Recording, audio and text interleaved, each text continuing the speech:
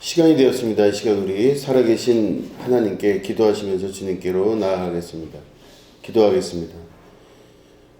하나님 아버지, 살아계시고 지금도 우리와 함께 하시는 주님을 찬양합니다.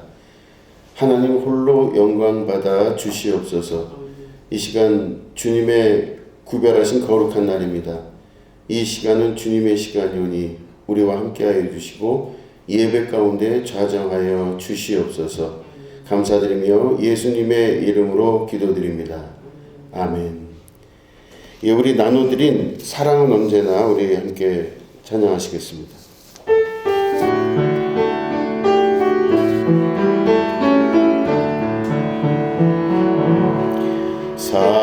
사랑은 언제나 오래 참고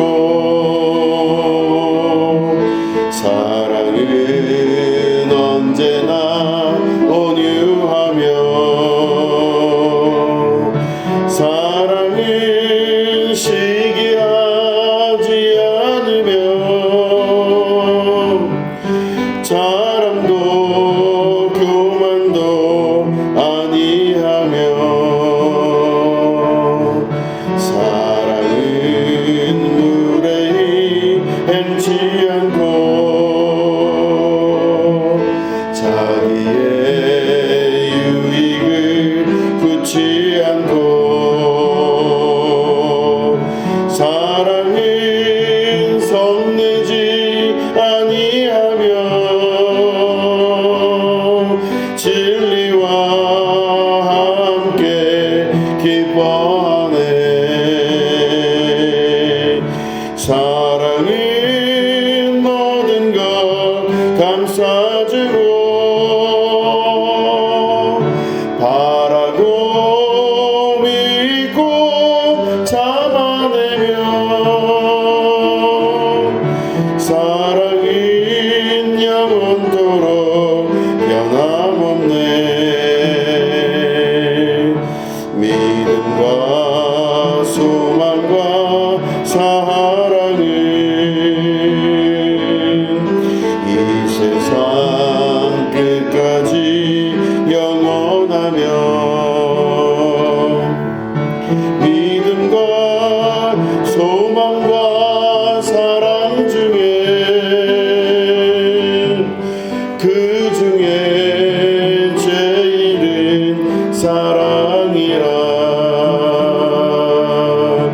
그 중에 제일은 사랑이라. 드려진 예물을 위해서 기도하겠습니다. 하나님 아버지 감사합니다. 하나님, 이 예물 드린 손길들을 하나님 일일이 기억하여 주시고 우리가 이 땅을 살아가는 동안 승리하는 주님의 백성 되게 하여 주시옵소서. 아버지 하나님께서 허락하신 이 삶을 주께서 주신 승리함으로 이끌어 나가게 도와주시며 성령의 음성을 듣고 아버지의 나라를 소망하며 믿음 가운데 승리하며 살아갈 수 있는 축복의 백성 되게 하여 주시옵소서. 특별히 기도의 제목을 가지고 주님 앞에 나온 영혼들을 안수하여 주시고 하나님께서 그 예물 위에 일일이 기도하시며 그 길을 내어주시고 하나님 아버지께서 소원하시고 소망하신 바를 이루어드리는 축복의 자녀들 되게 하여 주시옵소서. 감사드리며 예수님의 이름으로 간절히 축복하며 기도드립니다. 아멘.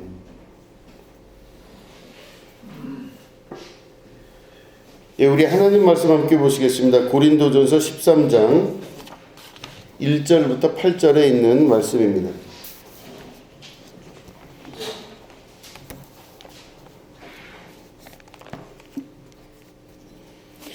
예, 우리 말씀을 교독하도록 하겠습니다. 내가 사람의 방언과 천사의 말을 할지라도 사랑이 없으면 소리나는 구리와 울리는 꽹과리가 되고 내가 예언하는 능력이 있어 모든 일과 모든 지식을 알고 또 산을 옮길 만한 모든 믿음이 있을지라도 사랑이 없으면 내가 아무것도 아니요. 내가 내게 있는 것으로 모든 것으로 구제하고 또 내 몸을 불사르게 내줄지라도 사랑이 없으면 내게 아무 유익이 없느니라. 사랑은 오래 참고 사랑은 온유하며 시기하지 아니하며 사랑은 자랑하지 아니하며 교만하지 아니하며 무례히 행하지 아니하며 자기의 유익을 구하지 아니하며 성내지 아니하며 악한 것을 생각하지 아니하며 우리를 기뻐하지 아니하며 진리와 함께 기뻐하고 모든 것을 참으며 모든 것을 믿으며 모든 것을 바라며 모든 것을 견디느니라. 사랑은 언제까지나 떨어지지 아니하되 예언도 패하고 방언도 그치고 지식도 패하리라. 아멘. 예, 오늘은 소유를 넘어 존재로라는 제목 가지고 함께 말씀을 나누도록 하겠습니다. 뭐 예외 없이 저도 어려서부터 이렇게 쭉 자라나면서 소유에 대한 중요성을 강조받는 이제 그런 환경 속에서 자라나게 되었습니다. 학교 교육, 가정 교육, 또 교회 교육 다 한 가지였습니다. 이게 소유 중심적인 교육이라는 건 바로 뭐냐면 돈을 많이 벌어야 되고 또 높은 자리에 갈 수 있는 사람이 돼야 되고 또 좋은 학교, 좋은 학력을 가져야 되고 그래서 자기 인생 전체를 권위와 권세를 누릴 수 있는 성공하는 삶을 만들어야 된다. 이게 어려서부터 쭉 태어나면서부터 받아왔던 교육이었습니다. 어디 하나 예외 없이 나라 전체죠. 그러니까 자라나온 환경 중에서 한 군데도 예외가 없었습니다. 근데 이 교육을 에릭 프롬은 소유 교육이라고 이야기합니다. 내가 이 정도 돼야 좋은 사람을 데려올 수 있고, 내가 이 정도 돼야 좋은 사람과 결혼할 수도 있고, 내가 이 정도 돼야 좋은 위치에서 살 수도 있고, 내가 이 정도 조건을 갖춰야 그만한 것들을 얻을 수 있고, 아무튼 그 모든 것들은 가치로 매겨지고 소유할 수 있는 능력이 있을 때 그만한 것들을 소유하고 누릴 수 있다. 이게 당연한 것이라고 여겨진 그런 교육 속에서 자라났습니다. 그래서 좋은 대학을 가고 싶어 했고 또 돈을 많이 벌고 싶어 했고 또 그만큼 권력의 자리에 가고 싶어 했고 많은 걸 소유하고 많은 걸 누릴 수 있고 최대한 그렇게 해야 되는 게 마땅하다고 생각하는 교육. 그래서 한 번도 거기에서 예외를 가져본 적이 없을 정도로 어릴 때 그런 교육 속에서 자라났습니다. 그러면서 그런 쭉 자라나온 교육 가운데 진짜 그런 삶이 되기 위해서 노력도 하고 수고도 했지만 또 때로는 그렇게 이루지 못해서 좌절하는 경우도 많이 생겼습니다. 그것들을 이루지 못할 때, 그러니까 돈을 많이 가질 수가 없고 또 좋은 학력을 가질 수가 없고 또 그만큼 이끌어지는 많은 어려운 일들을 경험하게 되면서 여러 가지 안에서 환경적으로 자괴감을 느끼기도 하고 괴로움을 느끼기도 하는 그런 과정을 쭉 거쳐왔습니다. 그런데 그게 당연하다고 여겨졌던 모든 것들이 성경 말씀 안에서 보면 다 무너지게 됩니다. 우리 사회는 소유중심 사회였기 때문에 무언가가 힘을 가지고 있거나 능력을 가지고 있거나 무언가를 가지고 있는 것이 굉장히 중요했습니다. 이 소유중심 사회에서는요, 다른 말을 할 수가 없습니다. 사랑은 언제나 오래 참고 그게 필요하지가 않습니다. 사랑은 온유하며 이런 것들도 가지고 나서 그 이후에 있을 이야기들이지 그 자체가 무슨 의미를 갖거나 하는 것은 아니라고 생각이 되는 겁니다. 다른 말로 하면 먹고 살 거나 먼저 정리를 해놓고 나서 나머지 것들을 해야 된다 이렇게 생각이 드는 것이죠. 여러 가지가 다 있지만 좋은 소리도 다 좋은 소리지만 그게 무슨 소용이 있겠느냐. 결국에는 먼저 해야 될 거를 먼저 하고 나서 나머지 것들을 해야 되지 않느냐. 이게 당연하게 여겨졌습니다. 그래서 먼저 할 것을 먼저 하는 사람들이 좋은 대접을 받고 또 좋은 것들을 소유하고 좋은 것들을 가지고 있는 사람들이 좋은 대접을 받고 또 사회의 모범이 되기도 하고 또 그런 사람들이 간증을 하게 되면 더 큰 은혜를 받게 되고 하는 것들이 자라났던 환경 중에서의 당연한 이야기들이었습니다. 그렇게 해서 소유하는 것에 대해서 굉장히 집착을 가지게 됩니다. 어떤 사람을 소유하는 것도, 결혼도 일종의 소유라고 볼 수 있죠. 그래서 그 사람을 갖기 위해서 수고하고 노력하고 또 어떤 사람과 내가 만나기 위해서 그렇게 행동을 해야 되고 하는 수많은 것들이 이게 순차적으로 쭉 정리가 됩니다. 이게 소유사회의 핵심이죠. 그런데 문제는 소유하는 것까지는 괜찮았으나 그 소유 이후에 나타나는 것들은 우리가 상상할 수가 없는 사회가 되고 말았던 것입니다. 우리는 소유 사회를 살다가 그 소유 중심 사회에서 소유를 하고 난 이후에 대처 방안에 대해서 전혀 알지를 못했던 것입니다. 어떤 것을 소유하기 위해서는 그 소유하는 것에 대한 가치가 분명해야 됩니다. 내가 저 사람을 소유하고 싶을 때는 저 사람이 어떤 이유가 분명히 있어야 그 사람을 소유하고 싶어 합니다. 또 내가 무언가를 소유하고 싶을 때도 그 소유하고자 하는 대상의 가치가 분명해야 그것들을 소유하고자 하는 욕구가 생기게 됩니다. 다시 말해 우리 안에서 어떤 것들을 소유하고자 할 때는 그 대상에 대한 감정이 일어나야 되는 겁니다. 그 뜨거운 감정을 가지고 그 사람에게 대시를 한다든가 아니면 무엇을 얻기 위해서 뜨거운 감정으로 갖고 싶다, 이걸 소유하고 싶다라고 하는 감정이 생긴다든가 하는 일이 있어야 그것들을 향해서 돌진할 수가 있는 것이죠. 그런데 막상 소유를 하고 나면 그 이후에는 소유물이 나의 것이 되었기 때문에 그 이후의 감정이 더 이상 존재하지를 않게 됩니다. 그 이후는 그 다음 감정으로 넘어가게 되는 것이죠. 내 것이 되었기 때문에, 혹은 내 물건이 되었기 때문에, 이게 내 자동차가 되었기 때문에, 혹은 내 집이 되었기 때문에, 내 무엇인가가 되었고 내 권력이 되었기 때문에까지 달려가는 것까지의 그 열심을 향한 노력은 우리가 다 이해하고 있는 바지만 그것들을 소유하고 난 이후의 일들에 대해서는 전혀 상상할 수 없는 일이 벌어집니다. 감정이 사라지기 시작하는 것이죠. 그래서 우리가 전문용어로 눈꺼풀이 벗겨졌다는 얘기도 합니다. 그래서 지극히 현실적인 삶으로 돌아오기 시작합니다. 내 소유물이 된 이후부터는, 그 이후에는 소유하고자 하는 감정의 골들이 정말로 강하게 빠져나가면서 그 다음부터는 다 그 어떻게 해야 될지를 모르는 현실 사회 속으로 들어가기 시작하는 것이죠. 소유를 한다는 것 자체에 대한 그 감정이 식고 난 다음에 그 내가 소유하고자 했던, 이미 소유하게 되었던 그 존재에 대해서 새로운 가치를 매겨야만 되는 순간이 오게 되는 것입니다. 이 사람은 누구지? 내가 정말로 그렇게 가치 있게 여길 만한 사람이었나? 라는 질문이 내면에서 계속 올라오기 시작합니다. 왜냐? 감정이 없어졌기 때문에 그렇게 됩니다.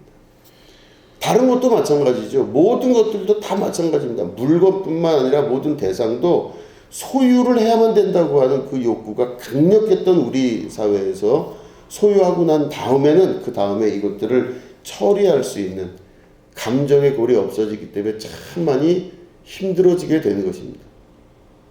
그런데 이것들을 그 이후에, 소유 이후에 나타난 나머지 것들을 해결할 수가 없어서 사회는 그 내면 안에서 병이 들기 시작하고 어려움을 겪기 시작합니다. 수많은 소비사회에서의 소비의 욕구들이 있지만 그 욕구 이후에 나타난 것들을 정리를 못하는 현대사회. 그래서 이만한 걸 이만큼 가지면 행복할 줄 알았는데 절대로 그렇지가 않은 그런 아노미적인 사회로 우리가 살고 있는, 그게 바로 우리가 겪고 있는 현실입니다.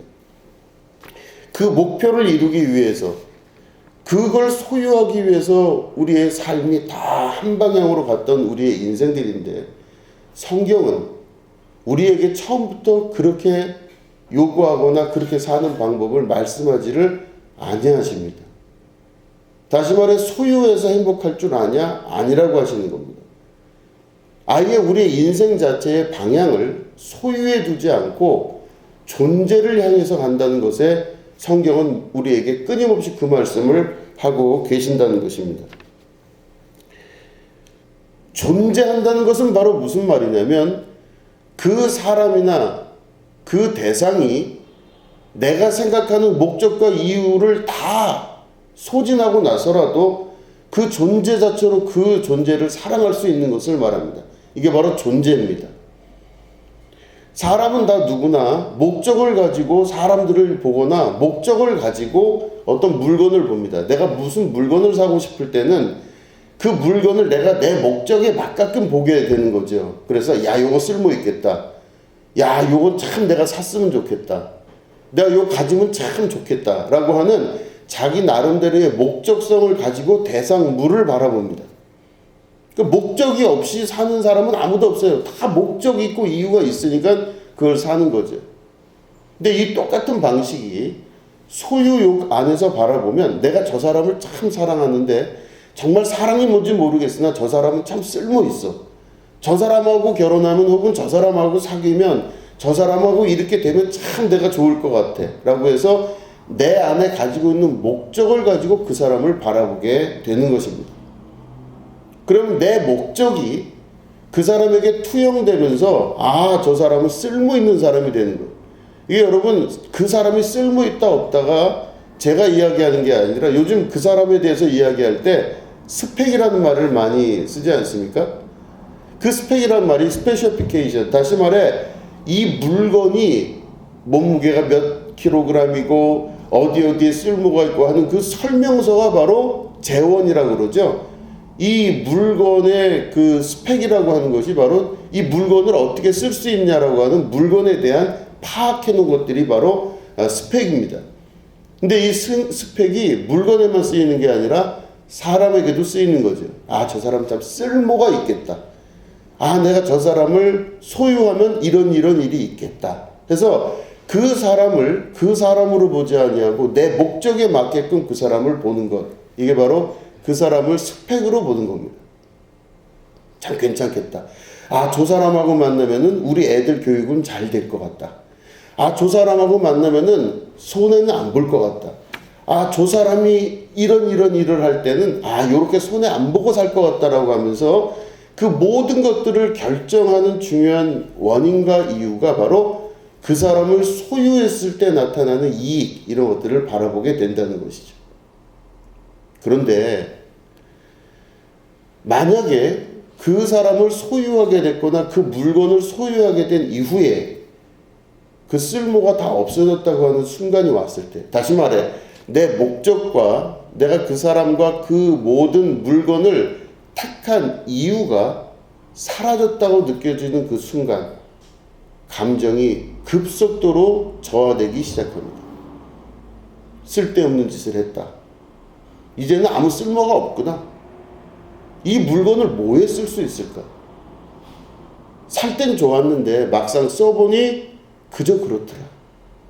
그러니까 결국에는 사람이나 사물이나 소유 중심의 그 삶을 살 때는요, 그 사람이 쓸모 없어지게 되는 겁니다.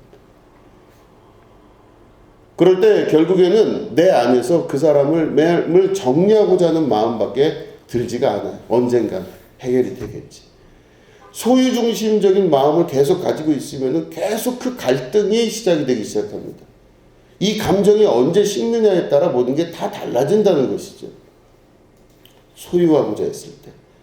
소유하고자 하는 것은 내가 어떤 목적과 이유를 가지고 그 대상을 바라볼 때 나타나는 현상입니다. 더 이상 쓸모가 없어? 그러면 쓸모가 없다고 여겨진 그 순간서부터 느껴지는 감정은 참 고통스럽고 괴로운 것이죠.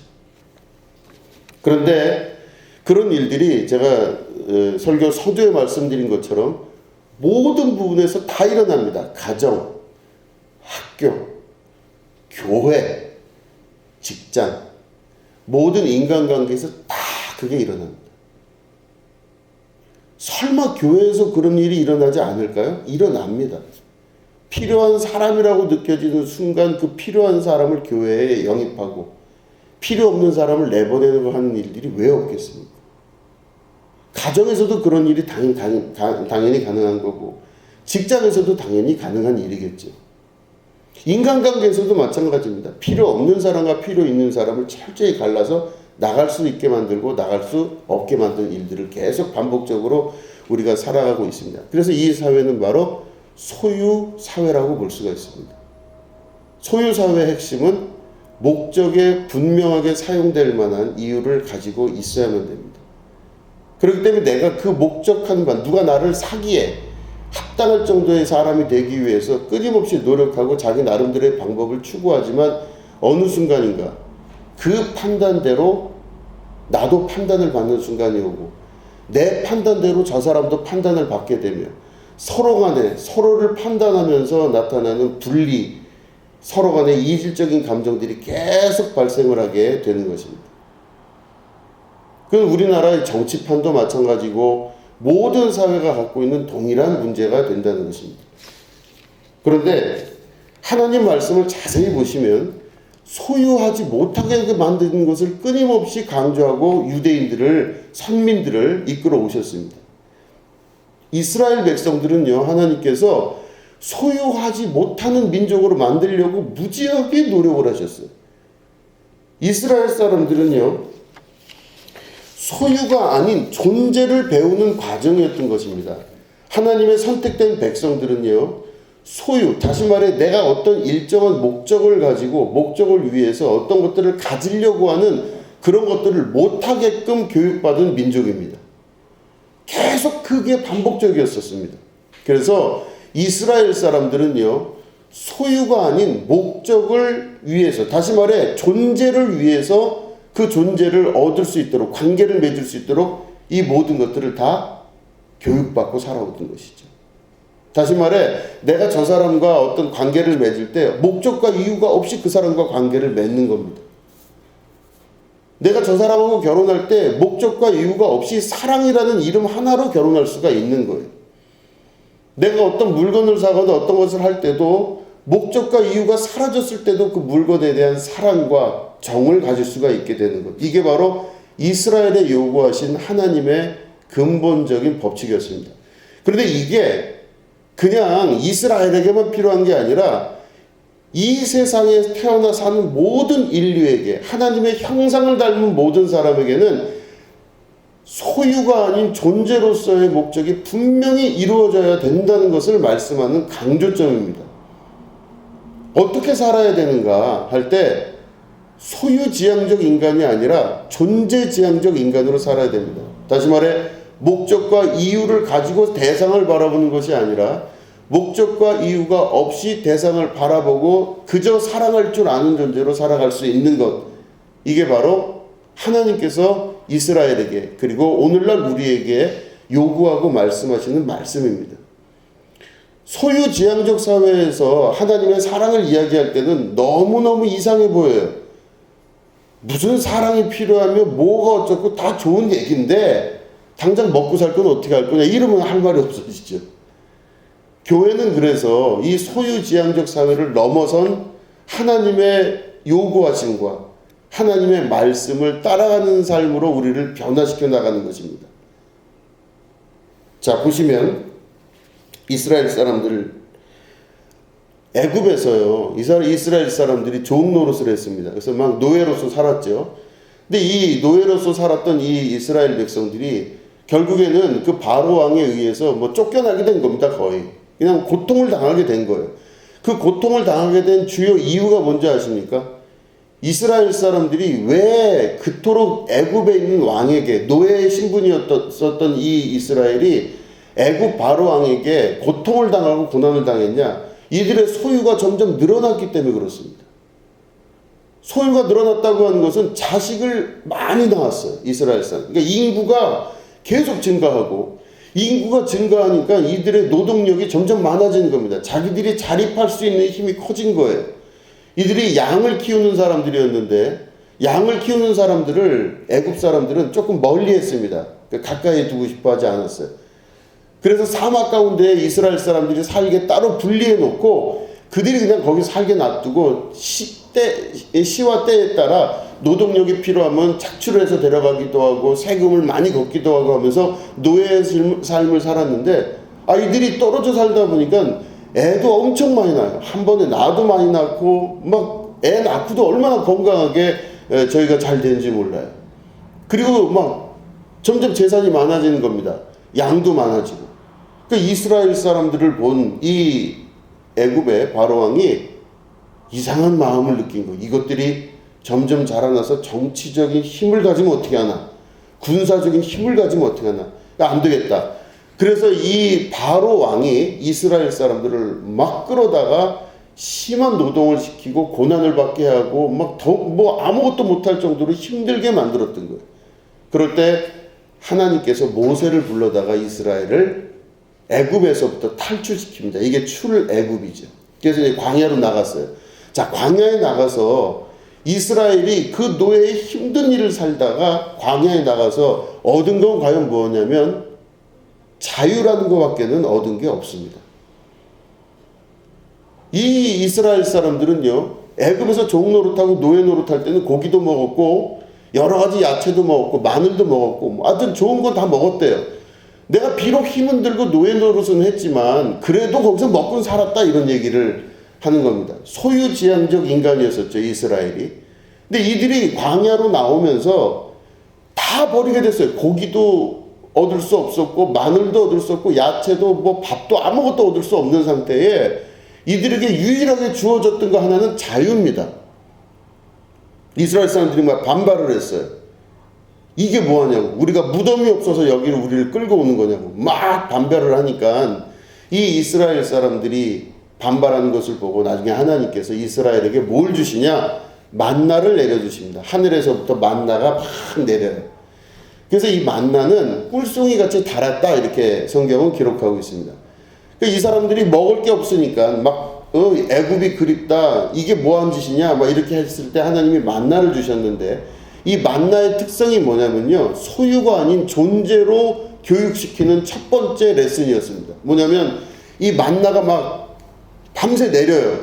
그러면 이 사람들이 가지고 이거를 주워와요. 만나를 주워와서 털어서 이거를 먹어요. 그럼 양식으로 먹을 수 있는데 그 만나를 마음대로 너희들이 원하는 대로 가져갈 수 있다. 이게 법이었었어요. 뭐 마음대로 가져가도 된다. 대신 그날 거둔 그 만나는 그날 다 먹어야 돼요.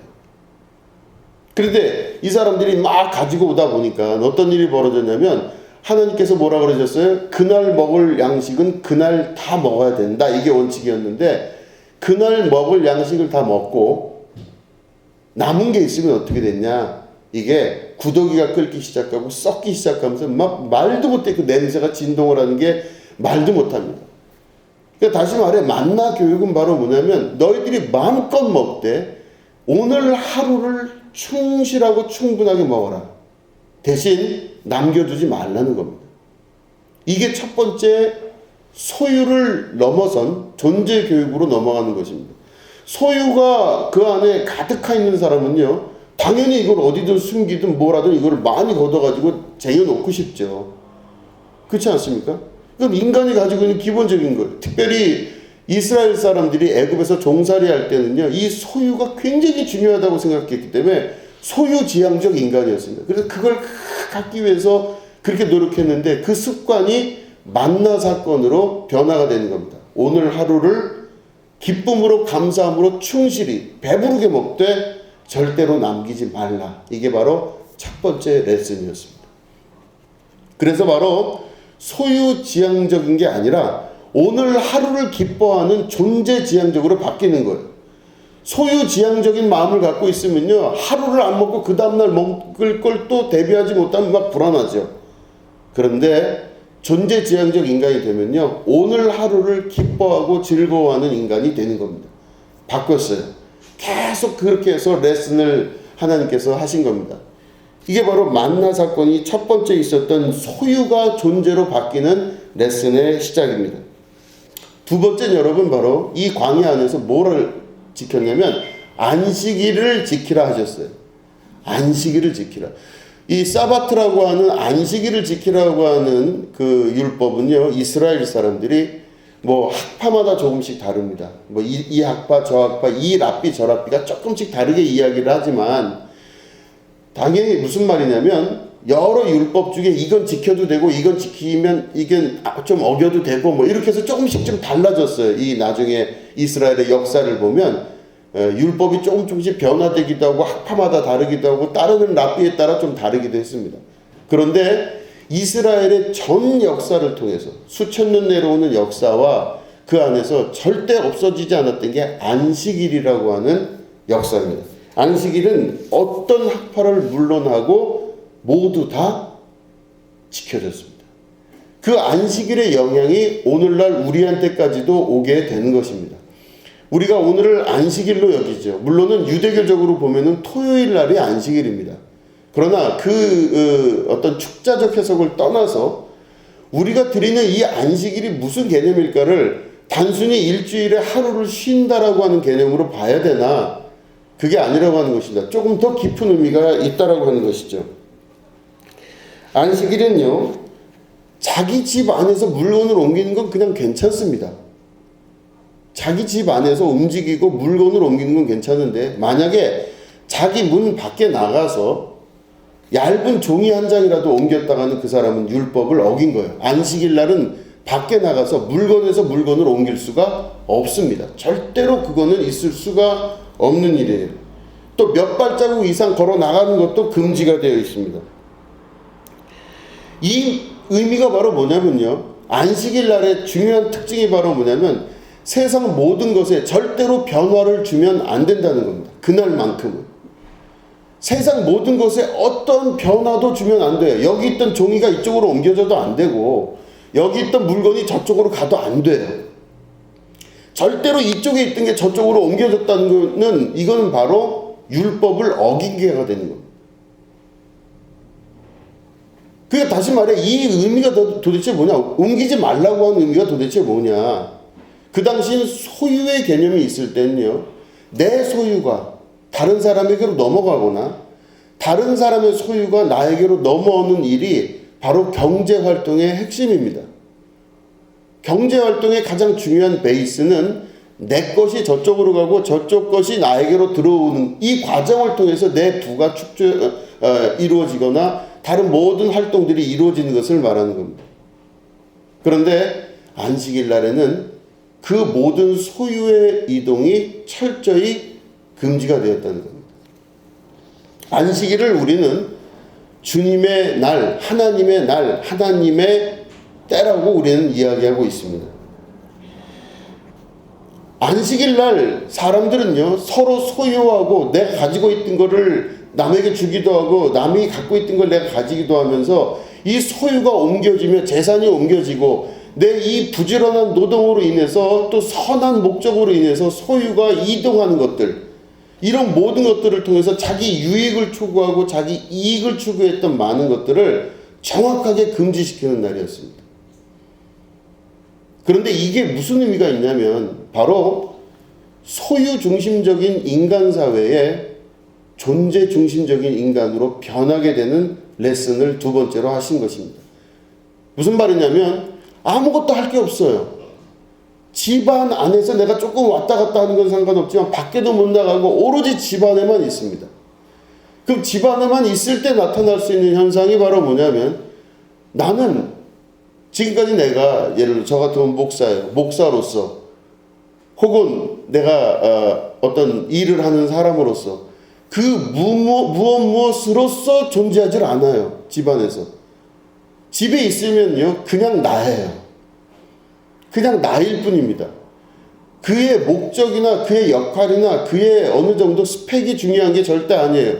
집안에 가만히 있는 그 사람은요 물건을 옮길 수도 없고 밖에 나갈 수 없는 그 사람은 스펙 자체가 아무런 의미가 없는 사람이 돼요.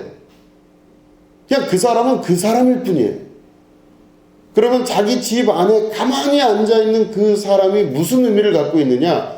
그래도 아무런 목적이 없어도 저 사람에게 아무런 목적이 실행되지 않더라도 그 사람은 그 사람이다라고 하는 존재론을 우리에게 드러내고 있는 것입니다. 이게 바로 하나님께서 안식일을 제정하신 구체적인 목적입니다.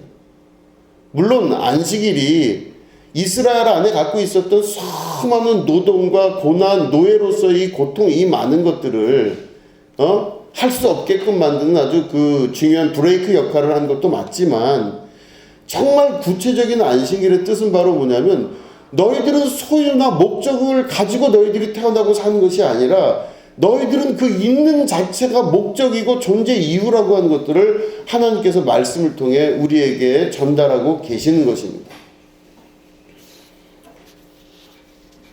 그 사람을 그 사람으로 볼 수 있을 때 이게 하나님의 뜻이 이루어지게 된다는 것입니다. 여러분은 어떻게 생각하십니까? 교회가 어떤 사람을 바라볼 때 일정한 목적이 있어요. 아, 저 사람을 이렇게 키워서 이렇게 하면 좋겠다라고 하는 목적을 가지게 되면 그 교회는 바른 교회가 될 수가 없어요. 그렇죠? 동의하지 않으시는가 봐요. 어떤 사람을 보고 야, 이 사람 괜찮아 보인다. 아, 이 사람 요런 방법으로 이 사람 쓰면은 요렇게 좋겠다. 라고 이 사람을 잘 키워갖고 이렇게 하면 좋겠다. 이렇게 바라보면 그 교회는 교회가 아니에요. 아, 저 사람 돈 많아 보이는데 이렇게 해서 이렇게 하면 저 사람이 이렇게 되면 참 좋겠다. 그 교회는 교회가 아닙니다. 진짜 교회는 바로 뭐냐면 그 사람의 모든 것들이 다 없어진 상태에서 그 사람이 집안에 가만히 있을 때 그 사람에게 있는 모든 스펙, 그 사람이 갖고 있는 모든 소유에 대한 것들이 한꺼번에 다 사라진 그 순간 그 사람의 서 있는 모습, 앉아 있는 모습, 그 존재 자체가 가장 귀중하다고 느껴지는 교회, 이게 바로 진정한 교회라고 볼 수가 있는 것입니다. 사람을 목적 중심적으로, 대상 중심적으로 사용하기 시작하면 그거는 교회라고 보기는 어렵다고 제가 말씀을 드렸습니다. 교회는 그걸 넘어서서 그 존재 자체를 바라볼 수 있어야 됩니다. 그 사람이 비록 초라하더라도, 그 사람이 비록 조금 모자란 면이 있다 할지라도, 그 사람이 조금 위대한 면이 있다 할지라도 그 위대하다, 좋다, 말다 하는 모든 기준은 사람이 만들어낸 가치관일 뿐입니다. 그 사람의 가치관으로 그 사람이 판단되어지기 시작하면은 고통과 고난이 시작이 되는 것이죠. 또 다른 경쟁, 또 다른 아픔, 또 다른 소외, 또 다른 분리가 계속해서 그 안에서 이루어지게 되는 것입니다. 교회는 그리스도 안에 하나가 되어야 되는 것입니다.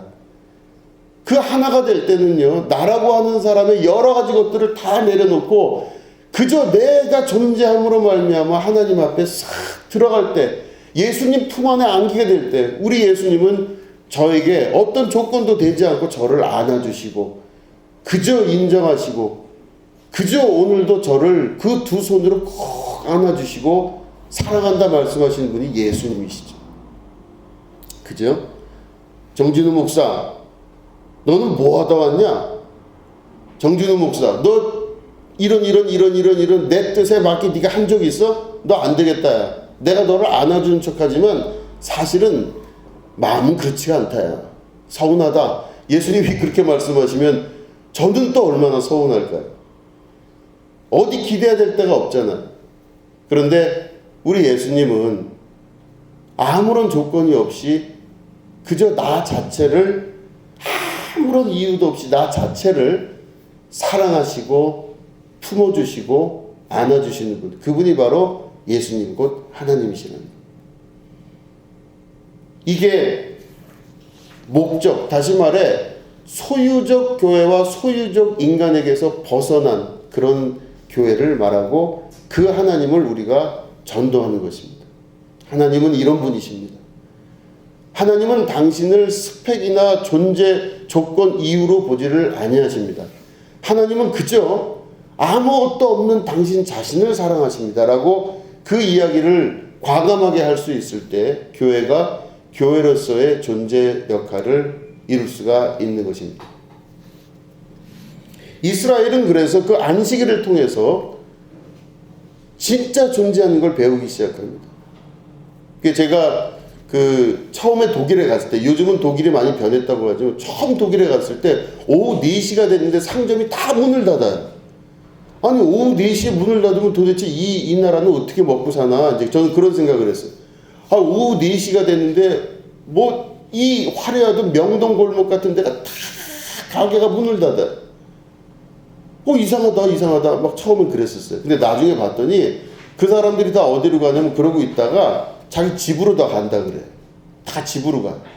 그러니까 퇴근하고 나서 일찍 퇴근하고 다 집으로 가는 거예요. 야, 이 나라는 근데 독일이 어쨌든 그 당시에도 유럽 최강 국가였고 지금도 유럽 연합 안에서 1등 하는 국가입니다. 공산품 판매라든가 세계적인 여러 가지 경제의 기준이 좀 다른데 이 전체 양이 아닌 그 개인별 소득이나 이런 걸 봤을 때 전 세계에서 1위라고 기억을 하고 있습니다. 미국과 일본을 제친 독일이 1위라고 하고 있습니다.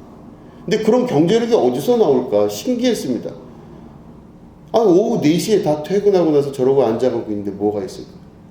근데 제가 거기 가서 배웠던 게 바로 뭐냐면 4시에 다 집에 가서 집 식구들하고 같이 있는 거예요.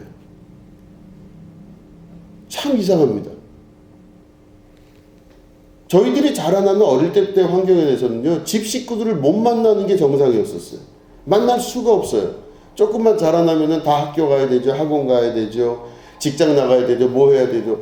자기 식구들과 같이 있는 시간이 있을 수가 없는 게 정상이었습니다. 그래야 뭔가 하는 것 같고 뭔가 되는 것 같았었어요.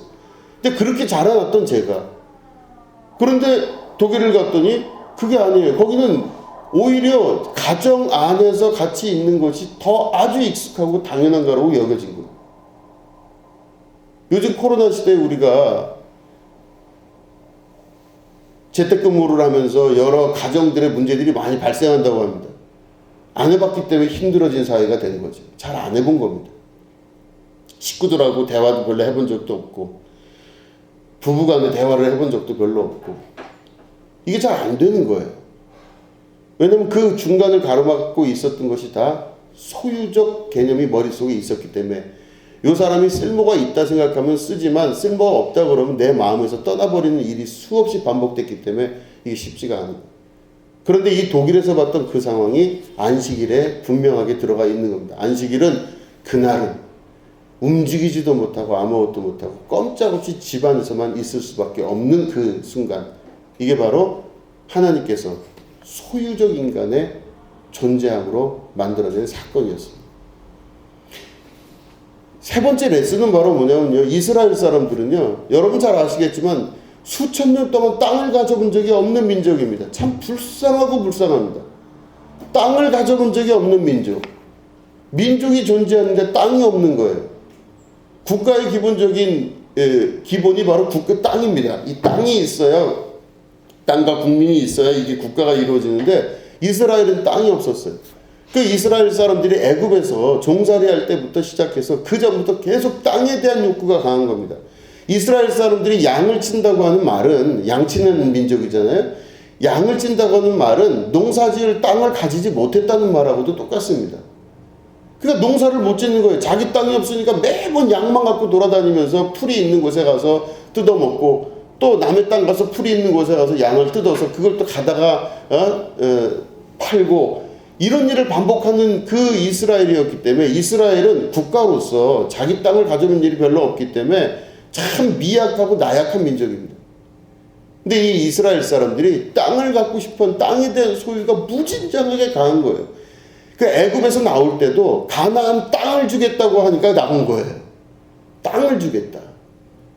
그런데요, 이 출애굽해서 이루어진 이 이스라엘이 땅을 뺏기고 또 가지고 뺏기고 하다가 결국엔 땅 없이 그 오랜 세월을 살았던 이스라엘이 예수님이 오시고 이제는 그나마 가지고 있었던 예루살렘 땅도 AD 66년에서 70년 사이에 전쟁이 벌어집니다. 그럴 때 예수님 이제 사후죠. 부활하신 후에 30년 정도 흐른 후에 이스라엘의 전쟁이 막 나면서 로마가 지배했던 시기에 이 로마가 예루살렘 성전을 완전히 다 부셔버리게 됩니다. 그럴 때 이 이스라엘 사람들이 막 회의를 하기 시작했어요. 끝까지 저항하자. 우리가 땅도 뺏기고 모든 걸 다 뺏기고 이 성전도 무너지게 됐으니 이거는 우리가 살아있을 이유가 없다. 가진 걸 다 뺏겼는데 무슨 우리가 살아있을 이유가 있냐. 마지막까지 불을 질러서 로마인 한 명이라도 죽이고 우리가 끝을 내자. 우리 이렇게 다 죽자라고 했던 사람들이 열심당 당원들이었었어요. 우리 소유를 다 뺏겼으니, 자식도 뺏기고 성전도 뺏기고 다 뺏겼으니 무슨 소용이 있냐. 그래서 이 사람들이 같이 죽자라고 결단을 하고 마사다 위까지 올라갑니다. 그런데 그때 그 열심당을 중심으로 해서 올라갔던 마사다 전투에 마지막 사람들이 다 죽게 되는 그 역사. 그런데 그 중에 한 명이 랍비가 있었습니다. 존경받는 랍비인 요하난 벤 자카이라고 하는 랍비가 있었어요. 그 랍비는 열심당에서 이야기하는 그 말에 끝까지 반대를 했습니다.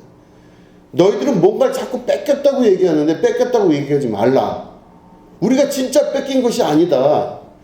겉으로 보이고 있는 예루살렘 성전 벽돌이 뺏긴 거지, 그 성전이 우리에게서 성전을 뺏어간 게 아니다. 성전은 지금도 우리 안에 있다. 그러고 막 얘기해. 열심당 당원들이 볼 때는 이해가 안 돼요. 아니, 예루살렘도 뺏기고 성전도 뺏기고 그 모든 수치와 수고 다 뺏기고 이랬는데 안 뺏겼다고요? 이러면서 막 분열이 일어날 때 요하난 벤 자카이라고 하는 랍비는 끝까지 반대를 하다가 돌아서서 로마에 투항을 혼자 합니다. 그럴 때 이 랍비가 자기가 투항하면서 로마 에게 마지막 그럼 모든 걸 다 버리고 당신들이 다 가져가도 좋으니 마지막 하나만 우리에게 좀 허락을 해달라 그래요.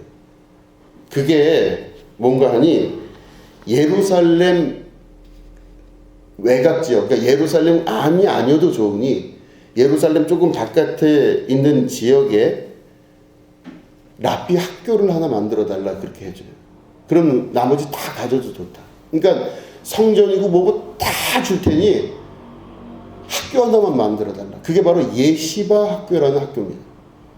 이스라엘 모든 교육의 시작이 거기서부터 다시 시작이 된 거예요. 로마가 이스라엘에 있는 예루살렘 성전 다 부셔버리고, 얼마나 이게 끔찍한 일입니까? 성전 다 부숴버리고 거기 있는 사람들 다 노예로 끌고 가고, 그 엄청난 모든 파괴를 다 일삼고 자기 걸로 다 삼았어요. 이스라엘 사람 막 죽일 사람 다 죽였어요. 막 사자합되게 하고 다 죽였어요. 그런데 이스라엘의 몇몇 남은 아이들을 위해서 예시바 학교라고 하는 랍비 학교, 요것만큼은 건드리지 말고 지켜달라라고 부탁을 해요. 이게 바로 요하난 벤 자카이 랍비의 부탁이었습니다. 이루어졌습니다. 그래서 예시바 학교가 이루어지고, 예시바 학교는 로마에서 절대 건들지 않는 걸로, 그 예시바 학교에 어린아이들, 전쟁 고아들이 막 몰려들기 시작했어요. 유대인들이죠. 모여들기 시작하고 그들이 토라를 공부하고 창세기, 출애굽기, 레위기, 민수기, 신명기를 공부하고 탈무드를 공부하고, 우리가 돈도 뺏기고 나라도 뺏기고 땅도 뺏기고 성전도 뺏기고 다 뺏겼다. 우리 기본에 있었던 기존 종교적인 그 사제들의 이 모든 시스템도 다 뺏겼다. 우리의 율법도 뺏기고 다 뺏겼는데 학교만큼은 우리가 뺏기지 않았다라고 하며 예시바 학교가 전통적으로 내려오기 시작합니다. 소유적 인간이 바라볼 때는요, 완전히 망한 겁니다. 이스라엘은 땅 하나 차지할 수 없는 완벽하게 망한 사회가 되었습니다. 그 국가는 이제는 그 씨앗을 볼 수 없을 정도로 완벽하게 불타버린 국가가 되었습니다. 그런데 그 예시바 학교를 시작으로 해서 이스라엘은 끊임없이 교육에 몰두하기 시작합니다.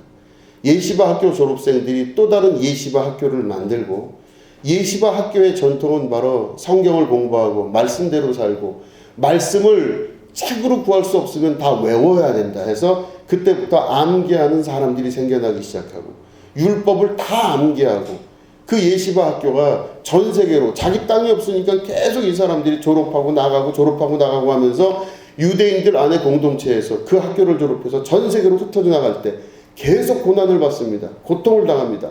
땅 없는 민족으로 땅 주인이 있는 곳에 들어갔을 때 얼마나 고통을 받고 어려움을 당했겠습니까? 그 집 노비로 들어가지를 않나, 어린아이인데 그 집에 팔려가지를 않나, 그 수많은 고난을 당하면서 그들은 절대로 놓치지 않는 게 바로 뭐냐, 다 없어져도 학교를 놓지를 않는 겁니다. 그게 바로 예시바 학교예요.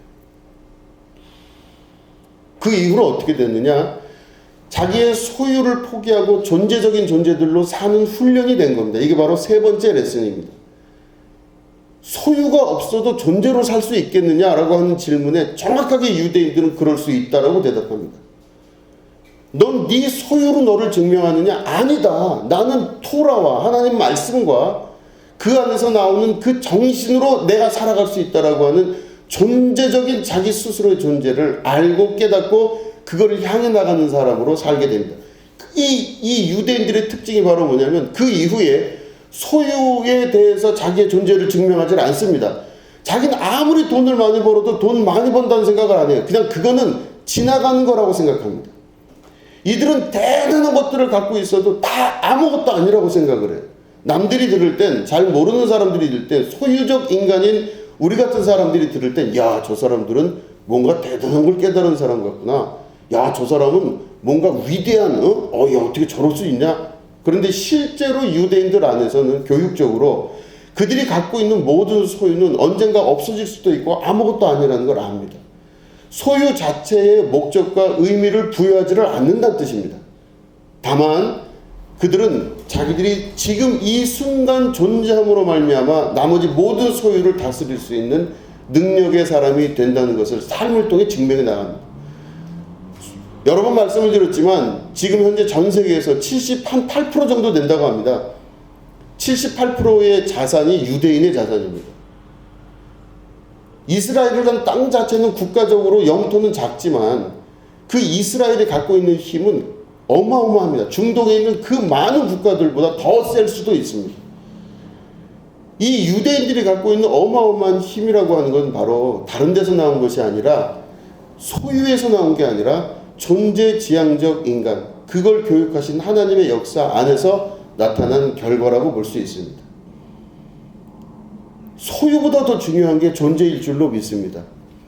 우리는 이 존재를 배워가는 과정입니다. 신앙생활은 바로 존재를 배워가는 과정인데 이 존재를 배워간다는 건 바로 소유를 넘어서서 그 존재가 존재할 수 있다는 건 바로 사랑, 희락, 화평, 이 모든 것들이 사랑 안에서 이루어지고 그 사랑을 통해서 모든 존재들을 사랑하고 또 다른 사람을 인정할 줄 아는 그런 모습으로 변해간다는 것을 말하는 것입니다.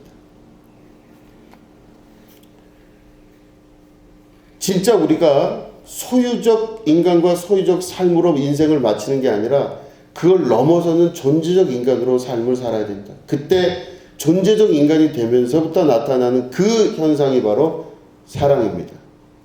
사랑은 오래 참고 온유하고 투기하지 아니하며 자랑하지 아니하며 이 모든 것들이 고린도전서 10장에 나와 있는 모든 사랑을 이루는 그 존재적 삶으로 바뀌게 됩니다.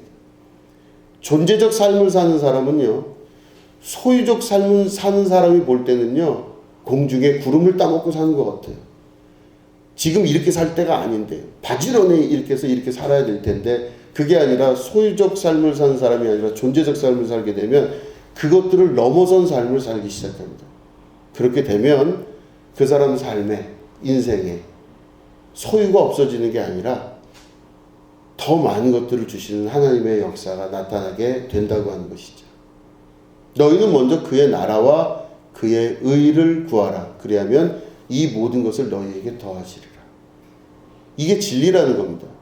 하나님의 나라와 그 의가 바로 뭐냐면 사랑입니다. 사랑하고 그 존재적인 삶을 살기 시작할 때 나머지 소유는 쫓아오게 된다는 것이죠. 소유를 추구하는 사람에게는 나머지 것들이 쫓아오지 않습니다. 그냥 소유가 나타납니다. 그러나 존재를 향하여서 나타나는 사람, 이 삶을 사는 사람은요, 사랑을 중심으로 살기 때문에 나머지 것들이 하나님의 나라에 쫓아오는 많은 것들이 더하시는 축복이 있게 된다고 하는 것입니다. 교회는 그래서 소유가 아니라 존재를 가르치고 존재를 이루어 나가는 하나님의 거룩한 사랑의 백성들의 모임이 되는 것입니다. 여러분, 이스라엘이 배웠던 하나님의 거룩한 교육, 그 교육의 마지막은 사랑과 은혜입니다. 이 모든 것들이 여러분 삶에 충만하게 되기를 주님의 이름으로 축원합니다. 기도하겠습니다. 하나님 아버지, 우리는 눈에 보이는 것, 손에 잡혀지는 것, 내 머릿속에 각인된 많은 소유들에 대해서 평생을 생각하고 살게 됩니다. 오늘 하루를 기쁘게 살지 못하는 것은 소유 때문인 줄로 믿습니다. 그러나 하나님, 소유를 부인하고 부정할 수가 없는 게 우리의 육체인데 오늘도 우리의 약함을 아시는 주님께서 이 말씀을 주셨습니다. 그것들을 넘어서는 사랑의 백성이 되게 하여 주시옵소서. 사람을 목적으로 보지 아니하고 사람을 스펙으로 보지 아니하고 사람을 그 존재 자체로 이유로 볼 수 있는 주님의 백성, 그 눈을 가지는 주님의 거룩한 자녀들 되게 하여 주시옵소서. 지금은 우리 구주 예수 그리스도의 은혜와 하나님 아버지의 지극하고 무궁하신 사랑과 성령님의 감화감동 축복교통 역사하심이 오늘 예배 가운데 함께하는 주님의 거룩한 백성들 위에 지금부터 영원히 함께 하옵시기를 간절히 축원하옵나이다. 아멘.